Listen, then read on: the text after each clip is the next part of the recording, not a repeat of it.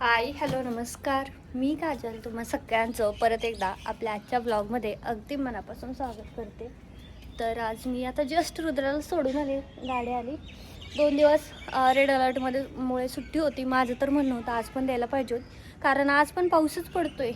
मान्य जास्त असं नाही आहे, पण सगळीकडे पाणी आहे. रोडवर सगळीकडे पाणी आहे. त्याची स्कूल आहे ना, ती थोडी खलगटात आहे. त्याच्यामुळे ना तिथं पाणी साठतंय आणि मग आम्हाला भीती वाटते. म्हणजे स्कूलचं ॲडमिशन घ्यायला घेताना पण आम्हाला हाच इश्यू वाटत होता, पण ठीक आहे. तर आता मी करते माझी पॅकिंगला सुरुवात, कारण रुद्र गेला ना. हे बघा रुद्राचं सगळं तसंच आहे. दूध हे ते मी पहिलं त्यात उठते, त्याचं आवरते, त्याला खायला प्यायला चहा सगळं करते आणि त्याला पाठवून देते स्कूलमध्ये. आणि त्यात आता त्याला आंघोळ करायची असते. मग मी पहिल्यांदा थोडासा फक्त त्याचा चेहरा वगैरे धुवून सगळं व्यवस्थित साबण लावून देते आणि मग पाणी त्याचं ते ओततो. तर त्याला त्याचं म्हणणं असतं की मम्मा मी तर 7 वर्षाचा झालो ना, मग मला स्वतःच आंघोळ करायची असं त्याचं म्हणणं असतं. तर रेग्युलर तो स्वतःच करतो. सुट्टी असते ना त्यावेळेस तर साबण पण नाही मला लावून देत, स्वतःच करायचं आहे सगळं स्वतःच. तर आता मी करते माझं साड्यांचं पॅकिंग, कारण आता मी उठले सकाळी लवकर. पण आधी विचार करते की आधी मी देवपूजा करू की हे, कारण आषाढी एकादशी आहे तर मला पूजा पण मांडायची आहे. आणि मग आधी पूजा मांडू की आधी हे करू मला कळत नाही, कारण आता वाजले 7. तर मी आता पहिलं आंघोळ करते, झाडू मारून ना पूजा मांडते. नाहीतर मग आज शनिवार असल्यामुळे एकला पोस्ट ऑफिस बंद होतं, तर आधी पॅकिंग करते आणि नंतर पूजा मांडते. कारण रुद्राला पण करायचं आहे. त्यानं सांगितलं आहे की मी आल्याशिवाय करायचं नाही तू काय सुद्धा, मी येईपर्यंत देवाला पण असं पूजा पण नको करू, त्यानं सांगितले, त्याला माहीत आहे त्याच्यामुळे. तर आता मी आधी पार्सल पॅक करते आणि मग मी बाकीचं आवरते. तर आता मी तुम्हाला माझा आज थोडक्यात दिवस दाखवते आजचा कसा जातो आहे.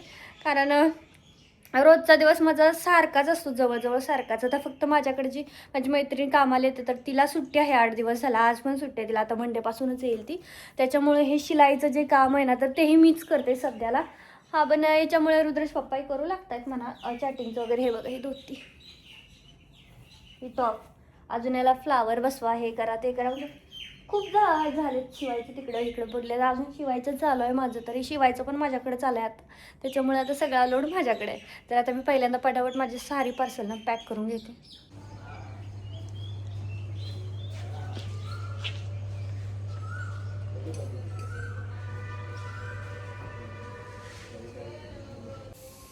तर याच कारणासाठी ना मी सकाळची एवढी जास्त अशी टाईमपास करत बसत नाही. पटकन म्हणजे आता किती वाजलेत बघा, तुम्हाला दाखवते. 10 वाजलेत करेक्ट, 10 वाजून 1 मिनटं झाला आताशी. एका त्यांचं पार्सल लास्ट बाकी होतं, त्याच्यामुळे 2 मिनटं पोस्टवाल्यानं बसवून ठेवलं. त्यांना म्हटलं एकच पार्सल अर्जंट पाठवायचं होतं, 2 साड्या होत्या त्यांच्या. तर ते पॅक करण्यासाठी बसली. आणि हे बघा सगळं आता हा राडा उचलते. एकदा कसं होतं, हे सगळं एकदा पॅकिंग करून गेले ना की मग घर मोकळं मोकळं फ्रेश वाटतं. आणि मग आधीच देवपूजा करायची, हे करायचं, त्याच्यानंतर ते पॅकिंग करायची, सगळा कचरा करायचा. आता कागदाची रॅप सगळे इकडे पडलेत बघा, सगळे तुकडे तुकडे असं होतं. त्याच्यामुळे शक्यतो आता पोस्टवाले गेले.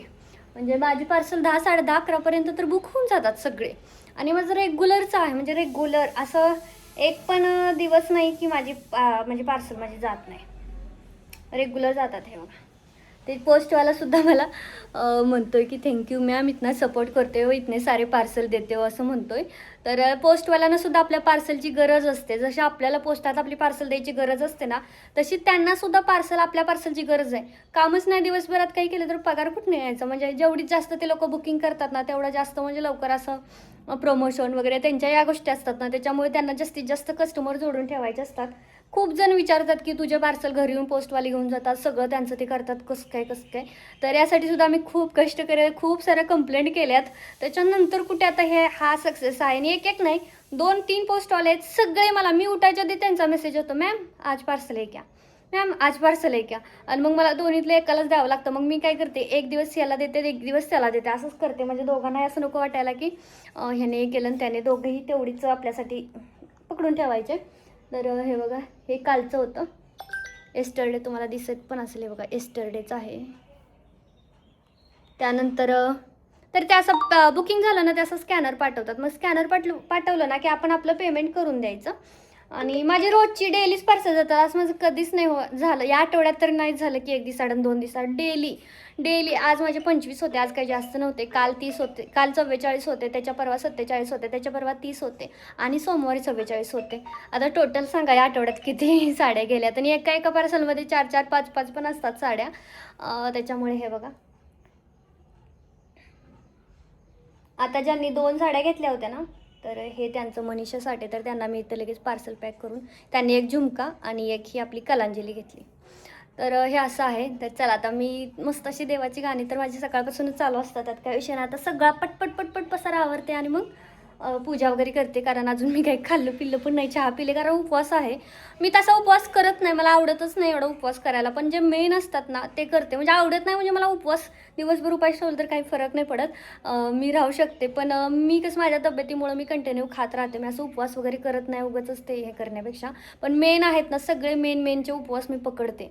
आणि लग्नाच्या आधी तर महिन्याची संकष्टी सगळे गुरुवार सोमवार सगळं केलेलं आहे लग्नाच्या आधी. पण लग्नानंतर रुद्र झाल्याच्या नंतर उपवास पूर्ण बंदच झाले, कारण रुद्राच्या टायमिंगला माझी तब्येत पण खूप खराब झाली. त्याच्यानंतर माझे जे उपवास सुटले ते मी परत उपवास नाहीच केले. हे मेन आहेत ना तर तेवढेच करते फक्त. तर चला लागते कामाला, आणि हे असं असतं माझं रोजचं आयुष्य. तर जास्त काही तयार नाही झाली, फक्त शूट करायचं होतं साड्यांचं. मग छान अशी चिकू कलरची साडी नेसली होती. तर आधी मी ह्याची नेसली होती, विठ्ठल म्हणजे विठू माऊलींची ती साडी.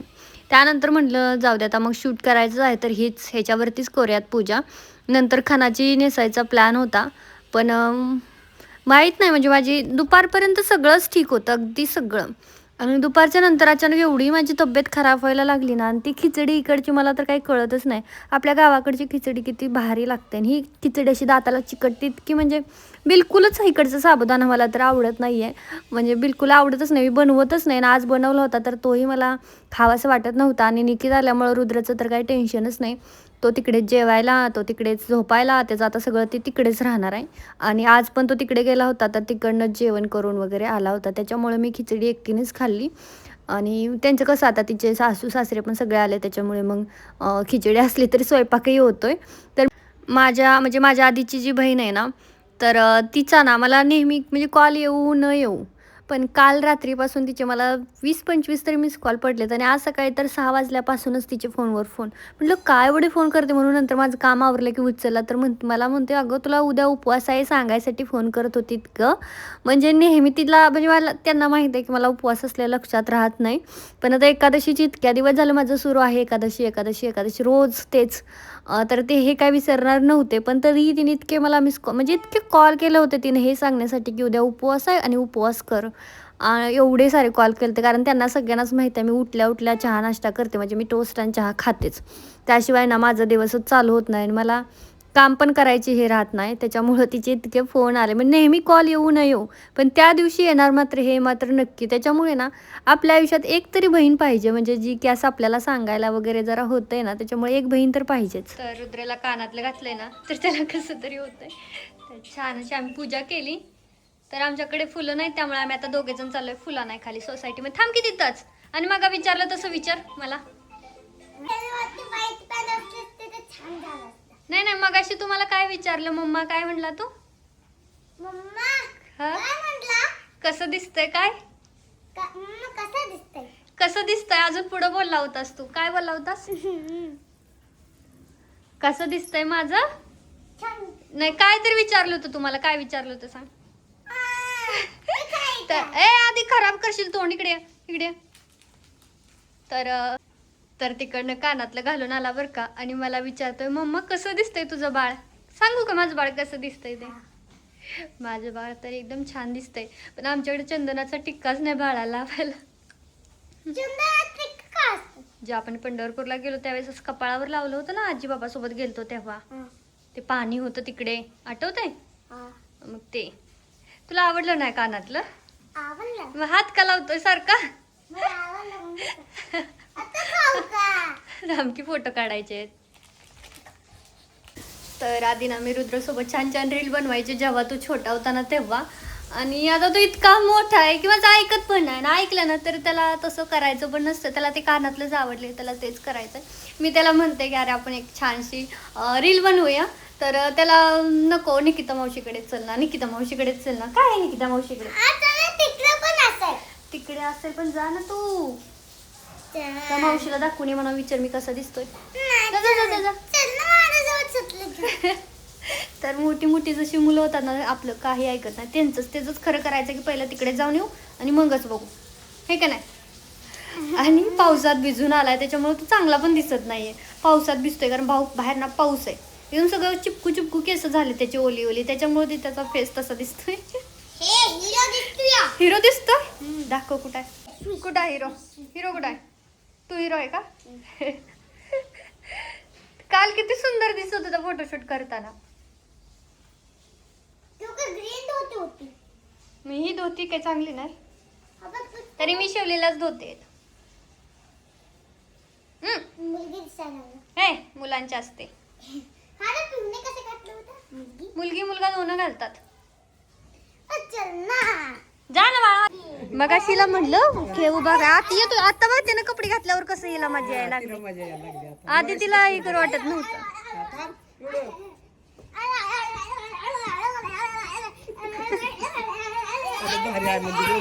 आता आधी एकटा दादू जात मध्ये राहिला. ए तसं नाही, विठ्ठल विठ्ठल करा. हा विठ्ठल पिऊ, विठ्ठल माझा असं करायचं. करा. हा तू कर.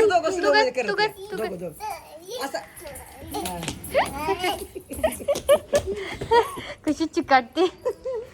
आजी शिकवते तुम्हाला फुगडी कशी करायची. चला असं. हा हा हा हा बरोबर बरोबर. हा मन रुखुमाई म्हणा. हा रुखुमाई म्हणायचं. हा येतय येतय का? येतय. हळूहळू पडचाल नीट नीट नीट. जाऊ जाऊ जाऊ, मोराला हात लावा. ए नको बाळा, खाली ये मोर. ये जाऊ दे, गेला. हा का? इकडे इकडे या. चला इकडे या, इकडे या. कधी सगळं काम आवरलं, सगळे शूट वगैरे करून घेतले आणि त्याच्यानंतर म्हटलं आता आज थोडंसं सणासुदीचं थोडंसं साफसफाई करावी म्हणून इकडनं पूर्ण कपाटं वगैरे साडून सगळं साफ करत होते. कारण आज कामवाली पण येणार नव्हती, तर माझ्याकडंच होतं सगळं. आणि तिचं नेहमीचंच आहे यार, सांगत पण नाही की मी आज येणार नाही की उद्या येणार नाही. त्यात आज माझा उपवास आहे आणि उपवासा दिवशी माझी तब्येत खराब होते, म्हणजे होतेच. आणि नेमकी दुपारपर्यंत सगळं चांगलं होतं आणि रुद्राज पप्पा आले यायच्या आधीच माझं डोकं दुखायला लागलं होतं. ते जसे आले तसं तर माझं इतकं डोकं जाम दुखायला लागलं, नुसतं उलट्या आणि हेन तेन. म्हणजे पित्त जे आपलं जे थोडंसं राहतं ना, तर ते उपवासाच्या दिवशी नेमकंच ते सगळं बाहेर पडतं असं होतं. आणि माझं तर पडतंच त्याच्यामुळं. आणि मला इतका ओरडा भेटला आज, म्हणजे सणासुदीच्या दिवशी, की काय गरज होती उपवास धरायचे, हे झालं आणि ते झालं, आपल्याला झेपत नाही तर कशाला करायचं वगैरे वगैरे नुसतं. आणि मी त्यांच्याशी बोलत पण नव्हते आल्यापासून, कारण मग त्यांचं तेच सुरू सारखं की कशाला उपवास धर. आल्यापासून त्यांचं तेच चालू होतं. आणि तरी येताना माझ्यासाठी चिप्स वगैरे असं वेगवेगळं बरंच काय काय घेऊन आले होते. राजगिऱ्याचा लाडू हे ते, की उपवास आहे बिचारीचा म्हणून घेऊन आले होते. आणि तरी मला ओरडत होते की असं झालं तसं झालं, हे काय ते काय वगैरे. आणि मग मी रात्री दोघांसाठी त्यांच्यासाठी फक्त खिचडी बनवली होती, खिचडी भात. मग तो त्यांनी खाल्ला आणि मी फक्त मग ते चिप्स वगैरे असंच काय तर फरसाणा उपवासाचा हेच खाऊन घेतलं. तसं मी रात्री उपवास सोडायला पाहिजे होता असं मला वाटायला लागलं, कारण नंतर थोडं 10-11च्या नंतर तर माझी इतकी तब्येत खराब झाली होती ना, म्हणजे इतकं डोकं दुखत होतं की अक्षरशः मी कपडा बांधला होता असं दाबून. मी नंतर शूटच नाही घेतलं. 4-5च्या नंतर मी व्हिडिओ शूटच नाही केला, कारण माझ्याच्याने तो झालाच नाही. म्हणजे इतकी बेकार तब्येत आज खराब झाली होती आणि कधीच नाही होत. आणि वटपौर्णिमेचा पण केला होता उपवास, पण ती कसं रात्री सोडायचं असेल किंवा मग थोडा दुपारचा सोडायचा असेल तर ते वेगळं. पण हे 24 तासाचं म्हटल्यानंतर नाही झेपत. पण हे उपवास आपण सोडू पण नाही शकत. आणि एक आपल्या बायकांचं मनच असं असतं की नाही, कितीही त्रास झाला तरी तो सहन करायची ताकद राहते, पण उपवास काय सुटला नाही पाहिजे अशा लेवलचे राहते. तर ओरडा रात्रभर थोडं उलटी करायला गेली की म्हटलं होतं धरू नको उपवास, काय गरज होती, आपल्याला झेपत नाही तर काय गरज होती? आधी स्वतःच्या तब्येतीकडे बघ. आणि आल्यापासून, आज तर आल्यापासूनच म्हणजे उपवास धरल्यामुळे थोडासा आपण हिरमुसतो ना, आल्यापासूनच एवढी का म्हणजे अशी ह्याच्यासारखी पेंगायल्यासारखी झाली, काय झालं एवढं? एवढी तब्येत बारीक, आज असंच काय दिसते वगैरे वगैरे असं सुरू होतं. तर तुमच्या पण इकडे असंच असतं का, मला नक्की कमेंटमध्ये सांगा. आणि त्यात झालं असं की परत अर्ध्या रात्री तर माझी म्हणजे जास्तच डोकं दुखायला लागलं अक्षरशः, की मी कपडा बांधला होता पूर्ण डोक्याला आणि सकाळी उठल्या उठल्या हे दोघं माझ्या आधी उठून सगळं साफसफाई झाडू वगैरे मारून मला पाणी तापायला ठेवून चहा बनवून मला उठणं आंघोळ कर उपवास सोडायचा उठणं. आणि असं तर मी दुसऱ्या दिवशी हा व्हिडिओ एडिट केला आहे त्याच्यामुळे सांगते की म्हणजे असं सगळं आहे आमच्या इकडं. आणि तुमच्यात पण असंच असतं का, मला नक्कीच कमेंटमध्ये सांगा. तर उद्या आम्ही आता मशीनची दोन्ही पण सर्व्हिसिंग वगैरे करून घेणार आहे. तर तोही व्हिडिओ शक्य झाला ना तर मी तुमच्यासोबत शेअर करेलच. आणि हे बघा, इतकं सर्व उपवास पकडून पण मी काल रात्रीचं माझं एक काम आहे, म्हणजे काल रात्री केलेलं. ही एक फ्रॉक शिवली, धोतीवाले 2 ड्रेस शिवले होते. एवढं सगळं काल रात्री केलं तर उपवास असताना सुद्धा. तर काय माहीत, पण असं काम नाही थांबवावंच वाटत. कामात असलं ना की छान वाटतं.